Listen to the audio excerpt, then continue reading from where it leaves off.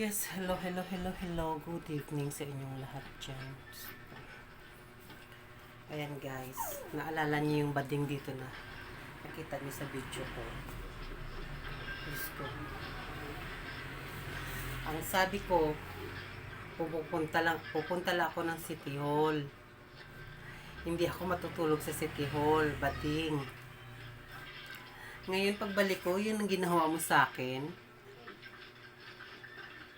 Pagbalik ko, iniwan mo yung parlor kong bukas, iniwan mo yung electric fan bukas, iniwan mo yung TV bukas. Tapos nanakawin mo pa yung cash registered ko at saka yung pabango. Hindi ka na nga makapagsalita ng diretso, hindi ka na nga makapagsalita ng tuwid. Hindi ka na nga makapaglakad ng diretso, hindi mo nga maayos sarili mo, nakawan mo pa ako, bakla ka. Sana nga lang sa ginawa mo, natuwid yung dila mo dun sa pagsasalita at nakapaglakad ka ng maayos. Iniwanan mo pa ako ng baho mo dito. Ngayon ang baho mo, tinapon ko na sa basura. Mga damit mo, iniwan dito. Wala na akong kailan dun. Hindi ka malang nag-iisip na dito ka kumakain sa akin. Pabor na sa'yo, dito ka pa, hinahayaan na nga kita matulog dito sa upuan, no? Kahit hindi dapat pwede. Diba? Ngayon ginawa mo sa akin, pagbalik ko, wala na. Ano bang isip ang meron ka, bakla? Elgin, bakla. Diyos ko, bakla na nga ako, binabakla mo pa ako. Hindi sa lahat ng bakla ay tawag nito, mapagkatiwalaan. Hindi lahat ng bakla. Pero ikaw sinisira mo ang imahe ng mga bakla. Bakla, ilan kayo? Diyos ko, marami pa ba kayo doon?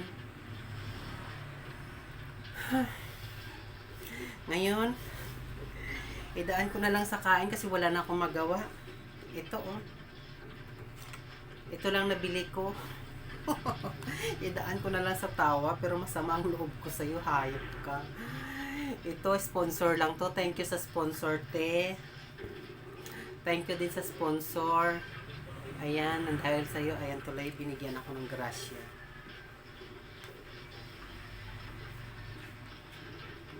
Kung alam ko lang na ganyan ang gagawin mo sa akin, hindi ko na sana binili yung gamit mo, bakula.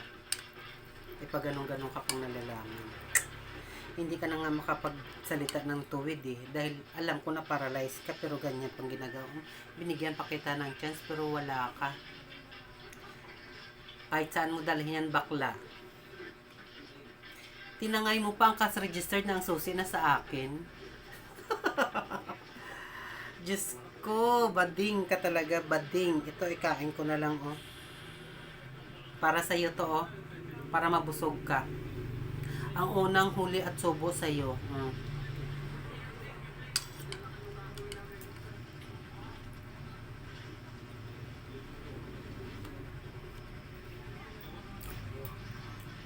Wala ka nang pagbabago sa sarili mo, gumawa ka pa ng hindi maganda sa kapwa mo.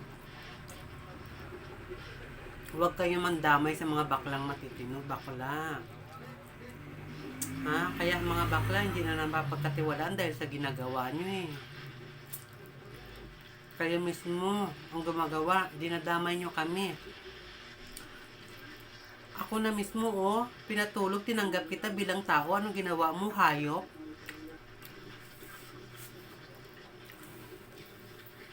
Libre ka na nga tubig. Sabon mo. Pagkain mo, bakla. Libre na tulog mo, oh. Nakakahiya naman sa'yo. Kahit katanghali ang tapat, natutulog ka na kahit na may customer. Kagigising mo lang, matutulog ka na kaagad sa upuan. Nakakahiya naman sa'yo, no? Ako pa mag-a-adjust para sa'yo. Para ikaw may-ari. O ito pa para sa'yo. Para makapagsalita ka ng diretso. Naglalaway ka na nga, hindi ka makapagsalita. Ganyan pang ginagawa mo, hindi ka na nga makapaglakad ng maayos, bakla.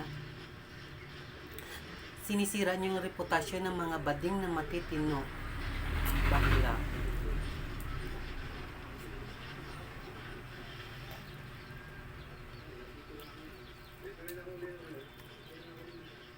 Ito gulay. Ito gulay,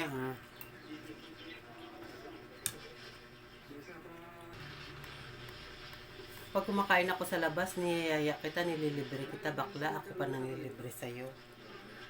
Di ka ba nahihiya, no? May konsensya ka ba? Oh, ito pa ako pagkain, no? Dito ka na nga lang nakakakain sa akin ng maayos. Tapos, Diyos ko, gawan mo pa ako ng hindi masama. Bakla, oh, ito, oh, pagkain, no?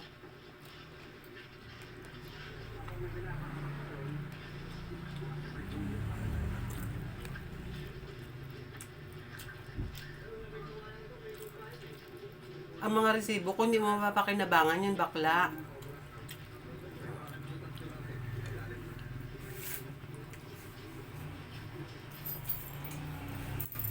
O, andito ng susi ng kaha ko, oh.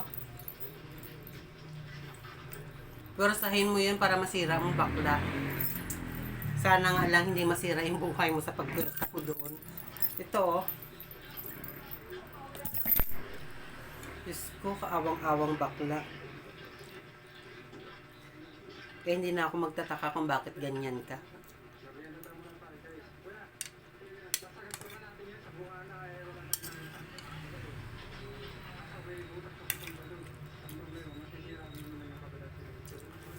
May gumamit ka ng CR, hindi ka marunong gumamit ng CR kung paano gamitin ng CR na maayos at malinis. Diyos ko. Ang tanda-tanda mo na, hindi ka pa marunong, tuturuan ka pa.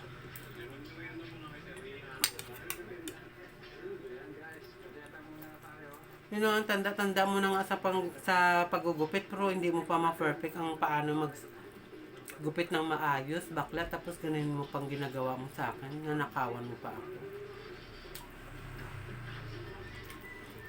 Sana makarating to sa kamag-anak mo, bakla, Elgin.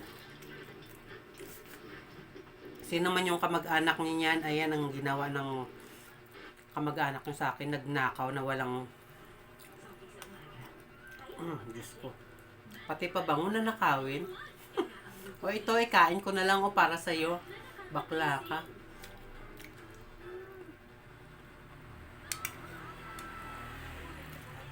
Ako, para malaman mo, tumanda ako sa pagkabakla ko. May magnakaw, hindi ko nagawa magnakaw sa kapwa ko, bakla. Pero ikaw, wala ka na nga makain, wala ka na nga masuot, ganyan ka pa.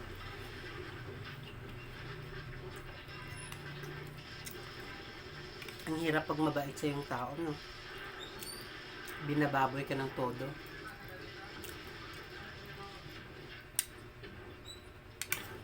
Sana last na lang to.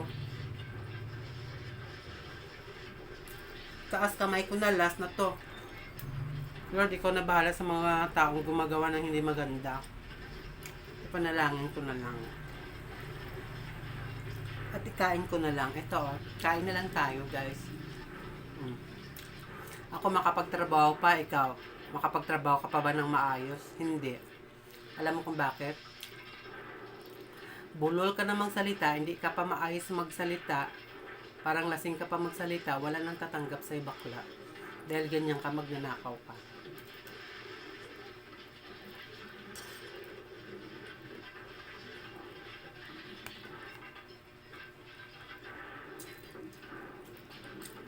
Sana man lang inisip mo ang kalagayan mo, sitwasyon mo, na halos hindi ka na nga bihis ng maayos.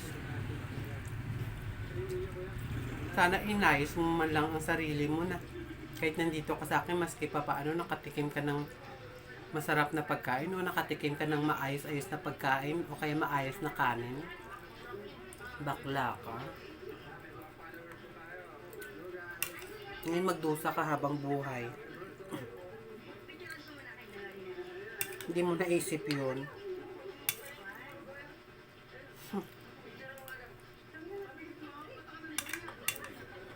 Naka-blatter ka na sa barangay. Although pera lang yun. Kikitain ko yan. Habang may gunting at suklay akong hinahawakan, kumikita ako. Ikaw, bakla. Wala. Mangangapa ka pa.